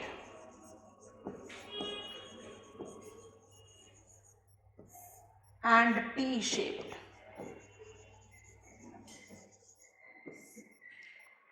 linear pattern को आप किसके साथ रिलेट करते हो? Linear pattern is largely associated with surface transport links. अब ये रोडवेज हो सकता है, रेलवेज हो सकता है, वाटरवेज हो सकता है, ठीक है, किसी भी तरीके का। Surface transport means surface transport links में अगर हम वाटरवेज की बात करें, जो एक जरा बहुत कॉमन और ग्लोबली एप्लीकेबल है, रोडवेज की बात कर सकते हो। रोडवेज को लास्ट में लिखते हैं क्योंकि हमें स्टार और टी शेप में जाना है। रेलवेज के साथ एसोसिएट कर सकते हैं और एसोसिएट कर सकते हैं रोडवेज के साथ। जितना इनका इकोनॉमिक इंपॉर्टेंस रहेगा वो उतना क्लस्टर्ड सेटलमेंट डेवलप करेंगे, जितना इनका इकोनॉमिक इंपॉर्टेंस वीक रहेगा वो उतना डिस्पर्स सेटलमेंट डेवलप करेंगे। अब कुछ डायग्राम्स बना के इसको जज आउट करते हैं, उसके बाद जो इसके वेरिएंस है उसको लेते हैं। हम इसको वाटरवेज के साथ, एक नेविगेबल रिवर या एक नेविगेबल कनाल के साथ रिलेट करते हैं, जिससे हम फिजिकल ज्योग्राफी के साथ इसको एसोसिएट कर पाए। तो ये डायग्राम आप सबने डेवलप किया था, आप दोबारा से डेवलप कर रहे हैं। ये मेरा नेचुरल लेवी है, ये मेरा फ्लड प्लेन है, ये मेरा ब्लफ है, ठीक है, बेस तैयार हो गया। ये मेरा नेविगेबल चैनल है। नेविगेबल चैनल क्या करता है? ओवरफ्लो करता रहता है रेगुलरली। तो ओवरफ्लो करते हुए जो प्लेन बनाता है उस प्लेन को आप बोलते हो फ्लड प्लेन। यहाँ पर लिख देते हैं पूरा फ्लड प्लेन। फ्लड प्लेन में आप बार बार फ्लडिंग एक्सपीरियंस करते हो। फर्टाइल प्लेन्स होता है, उसका बेस्ट यूटिलिटी है कि आप उसको कल्टीवेशन में डालो, तो आप उसको कल्टीवेशन में डालते हो। और आप जो एलिवेटेड एरिया है वहां पर सेटलमेंट को डेवलप करते हो। तो डेवलप करो सेटलमेंट को। किस तरीके का सेटलमेंट पैटर्न इवॉल्व हुआ? चलो पहले पूछते हैं, किस तरीके का सेटलमेंट टाइप दिख रहा है आपको? ये टाइप पूछा है हमने, क्लस्टर्ड। और कौन सा पैटर्न हो गया? लीनियर। तो ये बन गया आपका linear clustered along natural levies. ठीक हो गया। अब अगर रोडवेज है तो मुझे दो वेरिएंट मिलते हैं। कैसे मिलते हैं? देखो, रोडवेज जब क्रॉस रोड के साथ रिलेट करेगा, रेलवेज में क्रॉसवेज नहीं होते, और रोडवेज जब टी जंक्शन के साथ रिलेट करेगा, ये दोनों रोडवेज के साथ हैं, तो लीनियर का वेरिएंट इवॉल्व हो जाएगा रोडवेज के साथ। अगर ये रोडवेज बड़े इंपॉर्टेंट है, कमर्शियली बहुत स्ट्रॉन्ग है, तो ये कौन से सेटलमेंट डेवलप करेंगे? स्टार शेप्ड क्लस्टर्ड, नहीं तो हो जाएगा स्टार शेप्ड डिस्पर्स्ड। समझ में आ रहा है कि नहीं? बन गया, बस स्टार शेप बना रहे हैं आपके सामने। तो क्रॉस रोड पर आप बनाते हो star shaped settlement depending on the economic significance. Have you understood? Star shape बन गया। Depending on the economic importance वो क्लस्टर्ड हो सकता है, वो डिस्पर्स्ड हो सकता है। और टी जंक्शन पर आप बनाते हो टी शेप्ड सेटलमेंट, फिर से इट कैन बी क्लस्टर्ड और डिस्पर्स्ड। इसके एग्जाम्पल्स क्यों नहीं हो सकते? क्योंकि आप ग्लोबल स्केल पर एक एक रोडवेज थोड़ी ना पकड़ोगे। कनाल फिर भी पकड़े जा सकते हैं, और आपको कनाल के नाम पता है। Comfortable? Star shape is with cross roads and T shape is with T junction. Diagram को कॉपी डाउन करें, हमें गो अहेड। लीनियर सबसे कॉमन है। linear settlement pattern relates to transportation routes, surface transportation. It is fringing roadways, railways, and navigable waterways. Economic importance of such routes determines tendency of clustering or dispersal. With roadways, we develop two distinctive shapes called star-shaped settlement and T-shaped settlements. Content built. I definitely cannot have examples for it because it is extremely large scale. बड़े आगे. Second में थोड़ा सा geographical edge ज़्यादा होता है. I am talking about pattern number 2, and that pattern number 2 is called nodal. इसको आप circular या ओवल भी बोल सकते हो.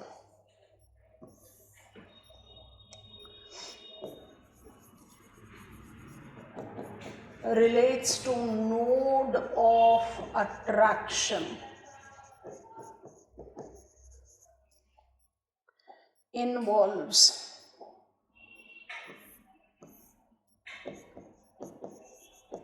wet point settlements in dash location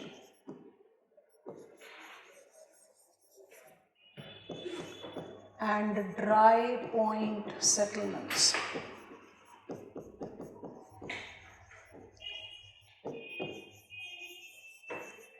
in dash location. जल्दी से fill in the blank करो. Fill in the blanks. 2 blanks create किए. Node of attraction. Nodal settlement किसी नोड ऑफ अट्रैक्शन की वजह से डेवलप होता है, लीनियर ट्रांसपोर्टेशन रूट की वजह से डेवलप होता है. ये pattern geographically wet and dry point settlement के साथ रिलेट करते हैं. वेट, जहां wetter area node of attraction है, तो कौन सी जगह पर होगा? ड्रायर, डेजर्ट में. डेजर्ट में आप किसके पास ज्यादा क्लस्टर करोगे? पानी के सोर्स के पास. Yes, no. और वेट पॉइंट गया ड्रायर में. ड्राई पॉइंट कहां जाएगा? जब आप चारों दिशा में पानी से घिरे हुए हो. रेन फॉरेस्ट में किस तरह के ड्वेलर्स होते हैं? आर्बोरियल. अरुणाचल प्रदेश में किस तरह के हाउसेस हैं? Tree houses. एलिवेटेड प्लेटफॉर्म पर बनते हैं. क्यों बनते हैं? क्योंकि फ्लडिंग बहुत ज्यादा होती है. समझ में आ गया? तो आपका वेट पॉइंट सेटलमेंट कहां बनता है? ड्रायर लोकेशन में, डेजर्ट्स में. और ड्राई पॉइंट कहां बनता है? वेटर लोकेशन में. क्लाइमेटिकली वेटर जरूरी नहीं है, मार्शी लैंड भी हो सकता है. ठीक है. Nodal settlements, node of attraction किस स्केल पर जा सकता है? वो एक बैनियन ट्री भी हो सकता है, वो एक रिलीजियस डेस्टिनेशन हो सकता है, mosque, church. It can be panchayat ghar, you know, at that scale. It can be a well, anything. तो node of attraction oval, circular, कैसा भी शेप दे सकते हैं. नोड ऑफ अट्रैक्शन अगर स्ट्रॉन्ग रहेगा, बहुत स्ट्रॉन्ग है, अट्रैक्टिव है, तो ये अपनी तरफ किस तरह का सेटलमेंट डेवलप करेगा? Stronger node of attraction tends to develop. आप जल्दी से सेटलमेंट को क्रिएट कर रहे हैं. Will develop clustered nodal settlement. समझ में आ गया? अब ये नोड ऑफ अट्रैक्शन किसी भी तरीके का हो सकता है, किसी भी स्केल का हो सकता है. अगर नोड ऑफ अट्रैक्शन बहुत स्ट्रॉन्ग है, इसमें हमें एक कैरीड फॉरवर्ड वर्जन बनाना है, तो it will develop clustered nodal settlement. अब इसमें शेप नेचुरली एब्सोल्यूट, सर्कुलर या ओवल दोनों हो सकता है, तो nodal is a better term. अब ये नोड ऑफ अट्रैक्शन कुछ भी है. मान लीजिए कि ये नोड ऑफ अट्रैक्शन बहुत स्ट्रॉन्ग है, ये नोड ऑफ अट्रैक्शन जो है बहुत इलाबोरेट है, तो पॉपुलेशन इसके आसपास क्लस्टर करना चाहेगी. तो clustered nodal settlement has a possibility of evolving. Clustered nodal settlement has a probability of evolving as. Shape से कुछ पता तो चल ही रहा है, बता दो जल्दी से शेप. Nebular settlement pattern. समझ में आया? क्लस्टर्ड ही नेब्यूलर आउटग्रोथ देगी. अगर डिस्पर्स्ड नोडल सेटलमेंट है इसका मतलब अट्रैक्टिवनेस इतनी स्ट्रांग नहीं है, और स्ट्रांग अट्रैक्टिवनेस नहीं होगी तो आउटग्रोथ क्यों होगा? Is this comfortable with us? Diagram हमेशा रिलेटिविटी में बनेंगे, बहुत पिक्टोरियल टॉपिक है, हर के साथ आप 2-3 डायग्राम बना रहे हो, एग्जामिनेशन में शायद ये इतना पॉसिबल नहीं हो, तो चूज करना पड़ता है, और जब चूज करोगे तो please choose it in comparison, ताकि आपके डायग्राम की वैल्यू रहे। नहीं तो अगर कंपैरिजन में नहीं होगा तो डायग्राम अपने आप को प्रूव नहीं कर पाएगा, रिलेटिविटी में diagram. I hope you have understood. यहाँ पर एग्जाम्पल्स लिख देते हैं, फिर मैप पर देख लेते हैं। लेक चार्ड है सहारा डेजर्ट में, अदरवाइज तो बहुत मुश्किल होता है लोकेशंस ढूंढना पैटर्न में, क्योंकि आप मैप ऑफ वर्ल्ड पर हो। और ड्राई पॉइंट सेटलमेंट थोड़ा सा fast forward, Indian physical geography में पढ़ेंगे। Can you recall Kutch peninsula को हमने सॉल्ट मार्शेस किस टाइप के सॉइल में पढ़ा था? Saline alkaline. उस सलाइन अल्कलाइन में हमारे पास इनलैंड आइलैंड्स हैं, बहुत अच्छे एग्जांपल हैं, पचम, बेला, और भी आइलैंड्स हैं, हमने 2 नाम दे दिए, Pacham and Bela. Let me rewrite it.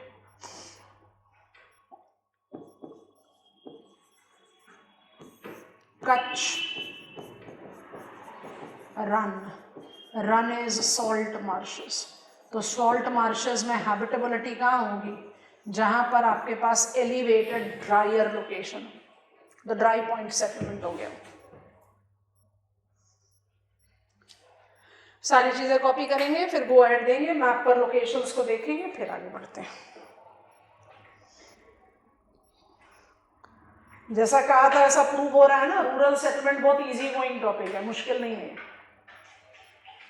Land on to map of Africa, पहुंचिए सहारा डेजर्ट में, सदर्न एज पर पहुंचेंगे, 4 कंट्रीज का इंटरनेशनल बाउंड्री बनता है यहाँ पर।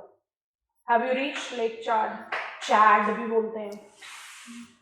चारों कंट्रीज को पकड़ो, कौन कौन सी कंट्रीज दिख रही हैं? Niger, Nigeria, Chad and Cameroon. सारा डेजर्ट पर हो, वाटर की स्केर्सिटी हमेशा रहेगी, चारों कंट्रीज के बीच में वाटर कॉन्फ्लिक्ट का बड़ा मेजर रीजन है लेक चाड। बहुत अच्छा एग्जांपल है वेट पॉइंट सेटलमेंट का, because in the dryer location. अब इसके बाद पहुंच जाओ मैप ऑफ गुजरात। इंडिया में नहीं दिखाई देगा, गुजरात पहुंचना पड़ेगा। पहुंच गए कच्छ पेनिनसुला में, पहुंचे रन ऑफ कच्छ में, एकदम नदन एज पे दिखाई दे रहा है पचम, खदिर, बेला, इनलैंड आइलैंड्स। हम जैसे ही बोलते हैं ना आइलैंड्स ऑफ इंडिया, हमारे दिमाग में क्या आता है? अंडमान निकोबार एंड लक्षद्वीप, बट माजुली भी है, दीव भी है, श्रीहरिकोटा भी है, यस, पंबन भी है, पचम, खदिर भी है। तो आइलैंड्स इंडिया के बहुत सारे टाइप के, खाली अंडमान निकोबार और लक्षद्वीप नहीं है। Will be learning that. Understood? Nodal settlement समझ में आ गया। रेपुटेशन पे जाते हैं, पहले एक और को ऐड करते हैं। Next in our list is, ये प्रिंसिपली इसी को फाइनल कह देते हैं, बट फिर एक और ऐड कर देते हैं, रेक्टेंगुलर। तो रेक्टेंगुलर बस नेम सेक है, वहां पर पहुंचने से पहले तीसरा, ये क्या है हमारे पास? It is triangular. अब डायग्राम हमारे साथ बनाते जाओ। Triangular pattern of rural settlement essentially relates to a river in its long profile develops braided pattern, obstructed pattern twice. उसी के बेस पर आप ट्रायंगुलर सेटलमेंट डेवलप करते हो। अब इसको क्रिएट करने के लिए डायग्राम का पहले बेस तैयार कर रहे हैं, आप भी हमारे साथ तैयार करो।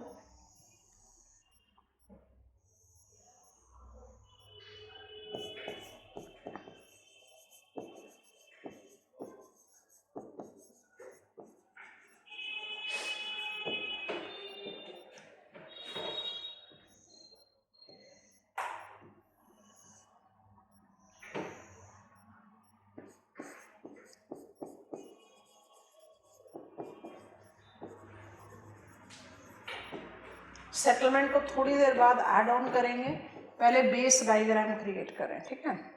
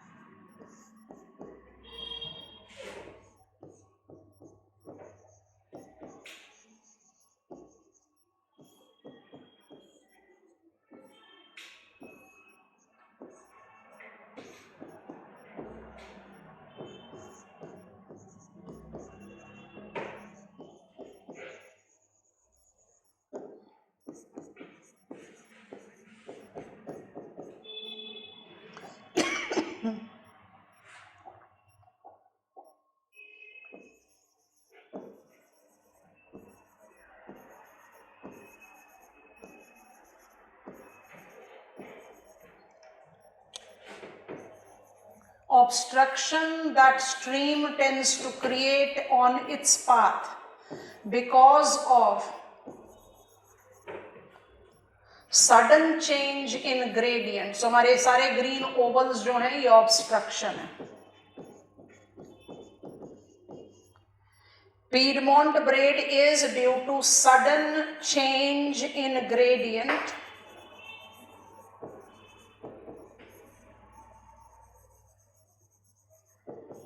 और deltaic is lack of gradient.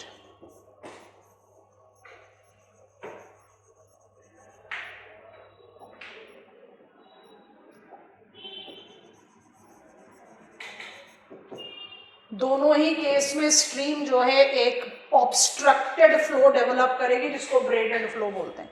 इस ब्रेडेड फ्लो के साथ आप डेवलप करोगे ट्रायंगुलर सेटलमेंट. बहुत ध्यान से देखना ट्रायंगुलर का शेप. ये कौन सा होगा? Dispersed triangular. क्यों? सॉइल फर्टाइल कम होगा, कोर्सर टेक्सचर्ड होगा. और ये कौन सा ट्रायंगुलर होगा? ये होगा क्लस्टर्ड ट्रायंगुलर. क्यों? डेल्टाइक सॉइल हमेशा फर्टाइल होता है. आगे बात समझ में? ट्रायंगुलर को आप एसेंशियली रिलेट करते हो एक रिवर सिस्टम के साथ. बट क्या सिर्फ ये एक रिवर सिस्टम के साथ रिलेट करता है? नहीं. ये कैचमेंट एरिया ऑफ 2 रिवर्स के साथ भी एसोसिएट हो सकता है. समझ में आया कि नहीं पहले बताओ. इसी को श्रिंक करके बताते हैं. आप मुझे एग्जांपल सोच कर बताना. नॉर्मली तो ये ब्रेडेड पैटर्न के साथ, but I can also relate it to triangular is also related to flood plains between 2 rivers of same system. Same system मतलब कि ये इवेंचुअली एक दूसरे से कन्फ्लुएंस कर जाती है. ठीक है. हम 2 डायग्राम बना रहे हैं. आप मुझे रिवर के नाम बताने की कोशिश करना. पहला बना दिया ये.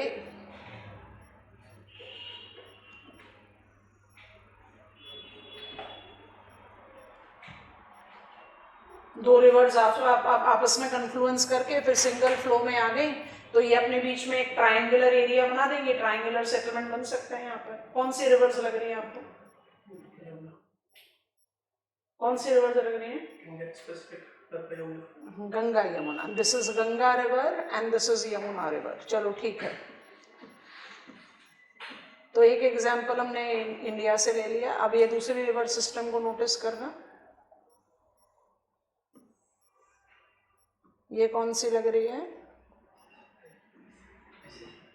शाबाश. मिसिसिपी,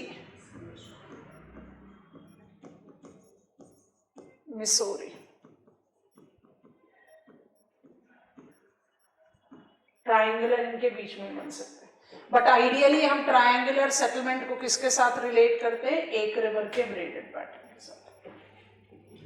अगर गंगा यमुना के बीच में ट्रायंगुलर है तो कहने की बात नहीं होनी चाहिए, वो कैसा होना चाहिए, क्लस्टर्ड। और मिसिसिपी मिसोरी के बीच में कैसा होगा, डिस्पर्स्ड। ठीक है, अब इसी केस में नोटिस करो, क्योंकि चौथा नाम लिए बिना पैटर्न ऑफ सेटलमेंट को कंप्लीट नहीं कर सकते।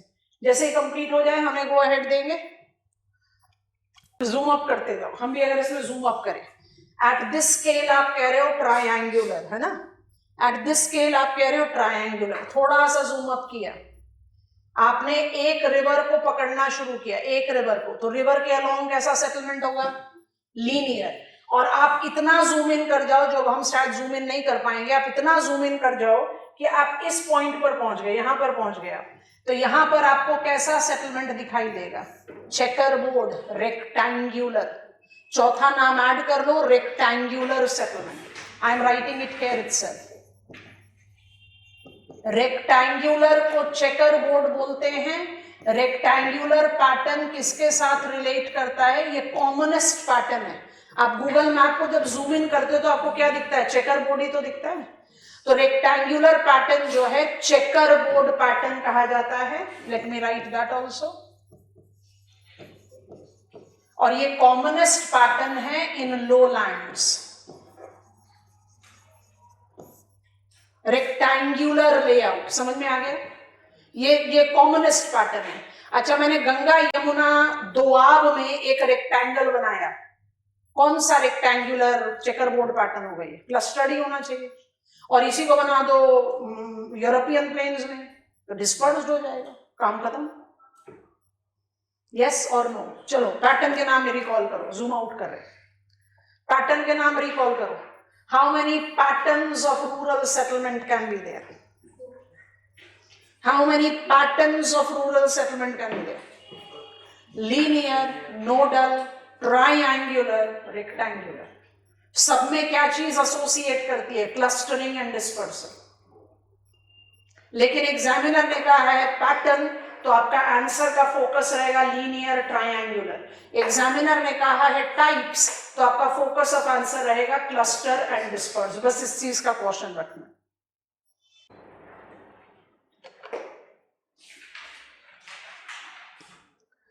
Right, we are willing to conclude our settlement geography today and take up geopolitical concepts before getting on to geographical thoughts. So good evening all of you in virtual class, good evening all of you here.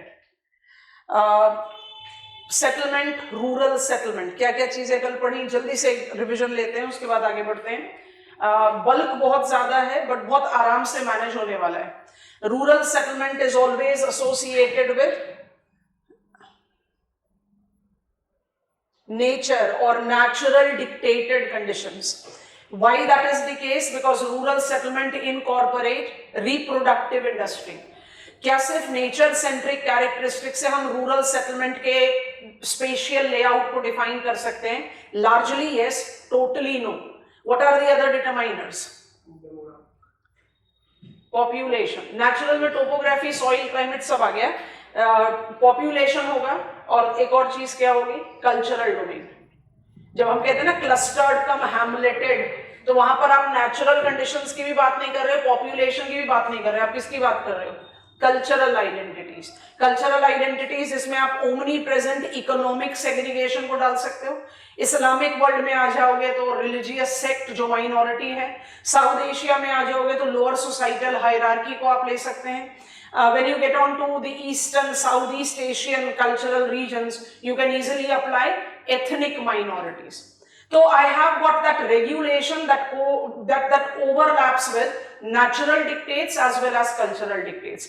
जो conventional geography का study होता है rural settlement का, वो spatial layout से relate करता है। क्योंकि हमने इसको दोनों कंटेक्स्ट में पढ़ना है, हमारे पेपर 2 में भी यही टॉपिक्स लिखे हुए हैं, rural settlements, type, pattern and morphology in India. एक और टर्म एडेड है उसमें। जब हम उस लेवल पर पहुंचते हैं तो हमें एक बहुत क्लैरिटी के साथ पता चलता है कि व्हाइल राइटिंग द आंसर्स हम टाइप्स और पैटर्न को इंटरमिक्स करते हैं। एक्चुअली जब हम पैटर्न पर पहुंचे तो हम टाइप्स को इंटरवीव कर रहे थे, that linear can be clustered, linear can be dispersed, nodal can be clustered, nodal can be dispersed, that goes very spontaneous. बस आपको कॉशन किस चीज का रखना है, ओवरलैप हो गए, दोनों ही स्पेशियल लेआउट का डायमेंशन है, डिफरेंस क्या है, स्केल का डिफरेंस है। और जब स्केल का डिफरेंस होगा और एग्जामिनर आपसे पूछ रहा टाइप्स बताओ और आपने आंसर बना दिया लीनियर, ट्रायंगुलर, नोडल, तो आपका आंसर ही गलत हो गया। आपको वहां पर फोकस करना है tendencies of clustering and dispersion, ठीक है। अब रूरल सेटलमेंट को जल्दी से कंक्लूड आउट करते हैं with what are the environmental challenges. I want to put it open ended. What are the rural challenges और प्रॉब्लम्स। बेसिकली इसको आप अपना एक इंट्रोडक्शन ले सकते हो when we'll talk about regional planning in India, जब बात करेंगे रूरल डेवलपमेंट की। अच्छा, बहुत सारे स्कॉलर्स हैं, सेटलमेंट स्कॉलर्स हैं, वो कहते हैं आप रूरल चैलेंजेस या रूरल प्रॉब्लम्स को अर्बन प्रॉब्लम्स के रेडार पर कैटेगराइज कर दो। कल हमने कौन से 3 कैटेगरीज में अर्बन प्रॉब्लम्स को डिवाइड किया था, जल्दी से बताओ। Socio economic, environmental, infrastructure. आप इन्हीं 3 कैटेगरीज में रूरल प्रॉब्लम को डिवाइड कर दो, कर सकते हैं, लेकिन रूरल प्रॉब्लम को ज्यादा स्पेसिफिकली किसके साथ एसोसिएट करना पड़ेगा, इसलिए हमने आपको रिमाइंडर दिया कल के क्लास में। रूरल सेटलमेंट अगर अपने आप को पूरी तरह से नेचर सेंट्रिक रखे हुए हैं तो नेचर ऑफ रूरल प्रॉब्लम सबसे ज्यादा किसके साथ एसोसिएट करेगा, depleting environmental conditions. I hope you are understanding. और जैसे आप इसकी लिस्ट क्रिएट आउट कर लेते हो, आप इसके बाद उसका एनलार्जमेंट एसोसिएट कर सकते हैं, बिकॉज रूरल प्लानिंग करके कोई ग्लोबल पैरामीटर नहीं है। रूरल प्लानिंग मुझे इंडियन कंटेक्स्ट में ही पढ़ना पड़ेगा, IRDP, भारत निर्माण एंड एक्सेट्रा, तो वहां पर हम इसको एक बैकग्राउंड ले सकते हैं, but we don't want to delay it कि भाई जब इंडिया पढ़ेंगे तब हम बात करेंगे रूरल प्रॉब्लम्स की। तो फटाफट से लिस्ट आउट करते हैं रूरल चैलेंजेस और प्रॉब्लम्स। एनवायरमेंटल सबसे ज्यादा है, फटाफट से पॉइंटर्स लिख लो, बहुत इजी गोइंग है, ज्यादा मुश्किल काम नहीं। So point 1 of introduction, nature centric. Nature centric settlement system involves multiple challenges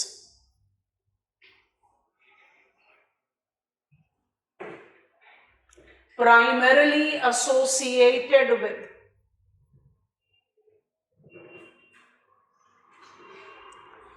depleting environmental conditions,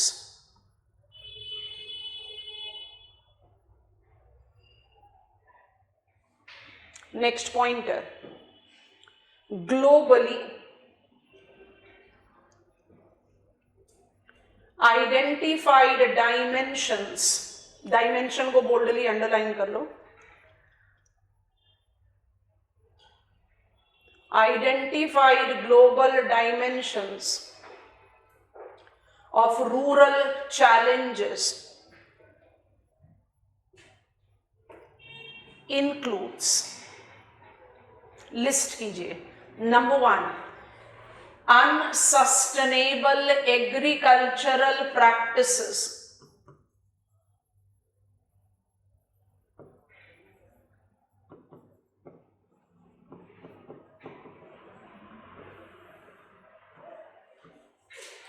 number 2, land diversion, bracket में लिख सकते हो depletion of green cover, number 3,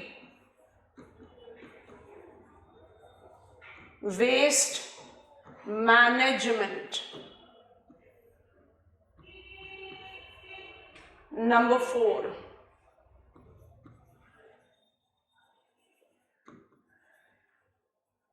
climate change, and number 5, hazards risk।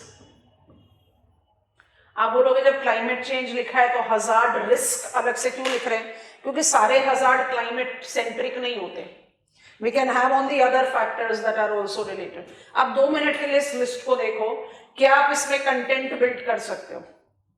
There are group of human geographers, settlement geographers जो कहते हैं नहीं, rural problems को, rural जो environment is my surrounding, So I've got entire aspect that will be correlated with rural problem. आप उसको multi tier में demarcate कर सकते हो कि ग्लोबल लेवल, मैक्रो लेवल, फिर रीजनल लेवल, फिर लोकल लेवल, अल्टीमेटली यही पॉइंटर्स होंगे। जैसे अगर आप बात कर रहे हो, say we are talking about hazards risk in the rural areas, अगर आप माइक्रो लेवल पर आ गए, वो अर्थक्वेक प्रोन जोन है, वो माउंटेनस एरिया है, वो स्नो कैप्ड लोकेशन है, तो स्नो कैप में हजार्ड कौन सा स्पेसिफाई हो जाएगा? स्नो एवलांचेस हो जाएगा। माउंटेनस स्लोप पर होगा तो क्या होगा? Any type of mass wasting, landslide. अगर आप कोस्टल एरिया में हो तो कौन सा हजार्ड हो जाएगा? Cyclone, landfall, flooding. तो आप माइक्रो लेवल पर क्या कर रहे हो? उसको स्पेसिफाई कर रहे हो। I hope you are understanding when I say unsustainable agricultural practices. तो एग्रीकल्चर का क्लास याद करो, हमने इंट्रोड्यूस करा एग्रीकल्चर को कैसे?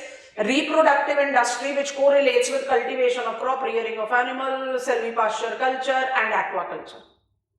आप जब मैक्रो पर्सपेक्टिव में ले रहे हो तो आप कह रहे हो अनसस्टेनेबल एग्रीकल्चरल प्रैक्टिसेस, उसको मेसो से माइक्रो पर ले आओगे तो क्या करोगे? स्पेसिफाई तो करना शुरू करोगे कि कौन सा टाइप ऑफ एग्रीकल्चर है, फिर उसके बाद आप और स्पेसिफाई करोगे माइक्रो लेवल में कौन सी क्रॉप कल्टीवेट हो रही है या कौन सा एनिमल रियर हो रहा है, यही करोगे ना। तो ग्रेड यही रहेंगे, आप उसको मल्टीपल स्केल्स में अप्लाई कर सकते हो। Unsustainable agricultural practices came into our reference when we were learning environment and we are aware of the fact कि आईपीसीसी ने बहुत क्लियरली जस्टिफाई कर दिया कि एग्रीकल्चर अपने आप में एक बहुत major cause of climate change है। It is not just bearing the effect of change of the climate. तो इसको सबसे पहले अप्लाई करना पड़ेगा because we are strongly insisting कि रूरल सेटलमेंट जो है वो नेचर सेंट्रिक सेटलमेंट है, तो we can build up the content. दूसरा लिखा है लैंड डाइवर्जन। यहां पर आप किस चीज के बारे में बात कर रहे हो? Largely depletion of green, whether it is oriented towards desertification, ये सारे टर्म्स आप पढ़ चुके हैं, और it is correlated desertification, termination of biotic potentials of a given location which is due to unsustainable agricultural practices also, या land diversion because of land use changes। आपने उसको बिल्ट अप एरिया में convert कर दिया है, या वो area आज की डेट में कल्टीवेबल रह ही नहीं गया because river have modified the course of action और एनी अदर थिंग। सी सरफेस टेम्परेचर इंक्रीज है, सोचकर देखो, इमेजिन करेंगे कोस्टल एरियाज को। Why it is so that the small island countries are always pushing, so strongly pushing कि हमारा जो Paris agreement का बेंचमार्किंग है उसको स्ट्रांगली और स्ट्रिक्टली इंप्लीमेंट किया जाए, क्योंकि उनका तो सर्वाइवल क्वेश्चन मार्क पर है। बिकॉज अगर सी सरफेस टेम्परेचर इंक्रीज करेगा और थर्मल एक्सपेंशन होगा, इंटरटाइडल जोन और इनलैंड प्रोजेक्ट कर जाएगा, तो सारा का सारा डेल्टाइक एरिया तो सबमर्ज हो जाएगा। So it has got all those dimensions there. Waste management बहुत important है। Waste generation को कंट्रोल करना अभी तक ग्लोबल कम्युनिटी में जस्टिफाइड नहीं है। We are still to practically implement what we call cyclic economy. Cyclic economy trinity of R से एक स्टेप आगे है। रिड्यूस, रीयूज, रिसाइकिल से आगे है डोंट प्रोड्यूस वेस्ट। हम अभी उस स्टेज पर पहुंचे नहीं है कि आप वेस्ट जनरेट ही मत करो, waste of one should be utilised as the other, तो अपने आप मैनेजमेंट पर व्यू घटेगा। यहां पर वेस्ट मैनेजमेंट एक बहुत मेजर चैलेंज है which is not just depleting the quality of rural living, it is also generating environmental challenges. तो आप इसको and all type of waste, agricultural waste, human waste, you are taking all of them. Climate change and hazard we have sufficiently applied. इन्हीं 5 categories में answer आएगा। एक चीज सामने लिख देते हैं, आप लोगों ने भी लिस्ट बनाया है, आप भी उसको क्लब अप करके साथ में लिख लो। क्वेश्चन की डिमांड के हिसाब से, इसलिए हमने इसके बारे में थोड़ा सा आपको बताया, क्वेश्चन की डिमांड के हिसाब से आप इसको ग्रेड कर सकते हैं। बस इस बात का ध्यान रखना कौन से ग्रेड पर अप्लाइड है, बिकॉज हम पेपर 1 पर है, ग्लोबल स्केल पर। So it can be all these 5 problems और challenges can be applied at global scale, regional scale and local scale। अब इसके साथ आपको क्या करना है वो आप बहुत आराम से जानते हैं। ग्लोबल को आप मैक्रो स्केल बता रहे हैं, रीजनल को आप मेसो स्केल बता रहे हैं, और लोकल को आप माइक्रो स्केल बता रहे हैं। कैटेगरीज ऑफ प्रॉब्लम यही रहेंगी। I think this is comfortable. चलो सेटलमेंट जो हमारा बहुत आसान वाला टॉपिक था उसको हमने किया खत्म।